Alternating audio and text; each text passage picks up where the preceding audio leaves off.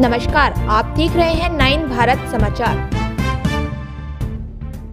नगर सेविका कांडी कल्पना नवीन ने कहा कि भगवान शिव को भेलाभिषेक करने की इच्छा से त्रिवेणी संगम का जल वितरण किया गया ताकि भक्तजन त्रिवेणी संगम के जल से प्रत्येक शिव मंदिर में जलाभिषेक कर सके।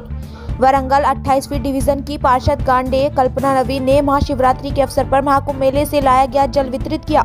इस अवसर पर बोलते हुए 28वें डिवीजन की पार्षद गांडे कल्पना नवीन ने कहा कि जल वितरण इस आशा के साथ किया गया है कि 144 वर्षों में एक बार आने वाले महाकुंभ मेले के दौरान जो लोग कुंभ मेले में नहीं जा सकते उन्हें त्रिवेणी संगम के जल से पूजा करने का अवसर मिलेगा और भक्त महाशिवरात्रि पर भगवान शिव को यह जल अर्पित करेंगे।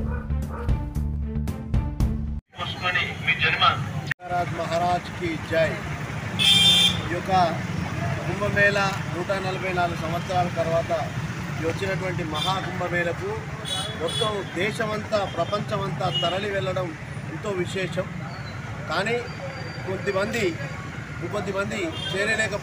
పోలేకపోయి వాళ్ళు ఎంతోమంది చాలామంది కొంతమంది వికలాంగులే కావచ్చు, నిరుపేదలే కావచ్చు, పోలేని వాళ్ళ గురించి మా వంతు సహాయంగా మేము నిన్న కుంభమేళకు పోయి అక్కడి నుంచి దాదాపు ఒక 100 లీటర్ల నీటిని తీసుకొచ్చి ప్రజలకు పంచడం జరుగుతూ ఉన్నది.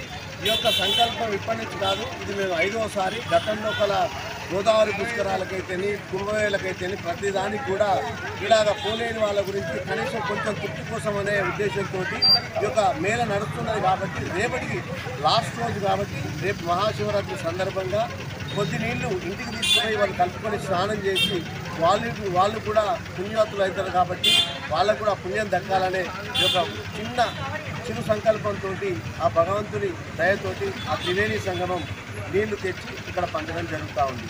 జై బోలో జగదంబ మహారాజ్ की जय।